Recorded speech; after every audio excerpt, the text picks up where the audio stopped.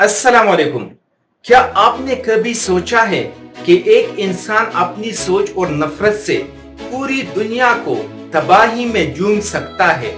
20वीं सदी में एक ऐसा शख्स आया जिसके फैसलों ने करोड़ों जिंदगियां उजाड़ दी और दुनिया को दूसरी जंग अजीम की आग में धकेल दिया।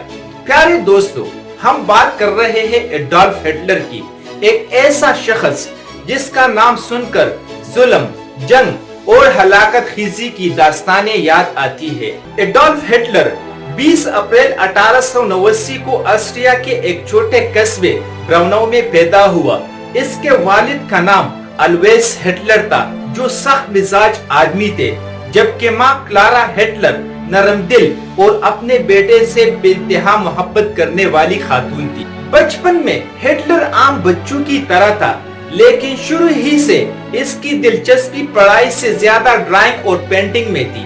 वो एक फनकार बनना चाहता था, लेकिन वियना की आर्ट एकेडमी ने इसे दाखिला देने से इनकार कर दिया और ये इनकार इसके लिए जिंदगी का सबसे बड़ा दचका साबित हुआ। फनकार बनने का ख्वाब टूटने के बाद हिटलर वियना में एक गरीब इंसान की तरह जिंदगी गुजारने लगा। वो कभी मजदूरी करता और कभी सड़कों पर तस्वीरें बेचता था। इसी दौरान इसके दिल में यहूदियों के खिलाफ नफरत पैदा होना शुरू हुई। इसे लगता था कि यहूदी जर्मनी कौम के तरक्की के रास्ते में सबसे बड़ी रुकावट है। 1914 में जब पहली जंग अजीम शुरू हुई तो हिटलर जर्मन फौज में शामिल हो गया। वो एक बहादुर सिपाही साबित हुआ, साथ जख्मी भी हुआ, मगर जंग में जर्मनी को शिकस्त हुई। इसी शिकस्त ने हिटलर को हिलाकर रख दिया। इसे लगा कि जर्मनी के साथ नाइंसाफी हुई है और इसके दिल में इंतकाम लेने की आग भड़क उठी। जंग के बाद हिटलर नेशनल सोशलिस्ट पार्टी यानी नाजी पार्टी में शामिल हो गया। अपने जबरदस्त तकरीरों और पुरजोश अंदाज की वजह से वो जल्द ही मशहूर हो गया। meine Zeit verwendet habe im Dienste meines Volkes. Gib du jetzt deine Stimme ab, wenn ja! Hitler ने लोगों से वादा किया कि वो जर्मनी को दोबारा अजीम ताकत बनाएगा, गुर्बत खत्म करेगा और दुनिया को दिखाएगा कि जर्मन कौम सबसे बरतर कौम है। 1933 में हिटलर जर्मनी का चांसलर बन गया और फिर आहिस्ता आहिस्ता इसने पूरा कंट्रोल अपने हाथ में ले लिया और यूं वो जर्मनी का एब्सोल्यूट डिक्टेटर बन गया। हिटलर ने इक्तिदार संभालते ही यहूदियों पर सख्त पाबंदियां लगाई, इनसे नौकरियां छीन ली गई, कारोबार तबाह किए गए और फिर लाखों यहूदियों को हिरासती कैंप में कैद कर दिया गया। ये वही कैंप थे जहां इंसानियत की बदतरीन तबाही हुई।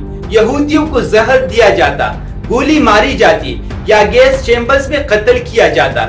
इस जुल्म को दुनिया हॉलोकॉस्ट के नाम से जानती है, जिसमें तकरीबन 7 लाख यहूदी मारे गए। 1939 में हिटलर ने पोलैंड पर हमला किया और इसके साथ ही दूसरी जंग अजीम शुरू हो गई और जर्मनी फौज ने यूरोप के कई मुल्कों को फतह कर लिया।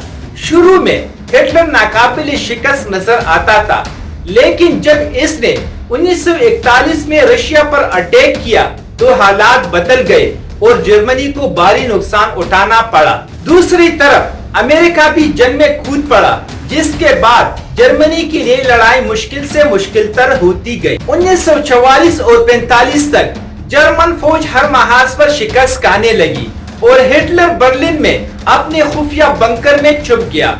वो जानता था कि अब जर्मनी हार चुका है, लेकिन वो हथियार डालने के लिए तैयार नहीं था। 30 अप्रैल 1945 को जब रशियन फौजें बर्लिन के करीब पहुंच गए तो हिटलर ने अपने महबूबा इवा ब्राउन के साथ शादी कर ली और अगले ही दिन दोनों ने खुदकुशी कर ली।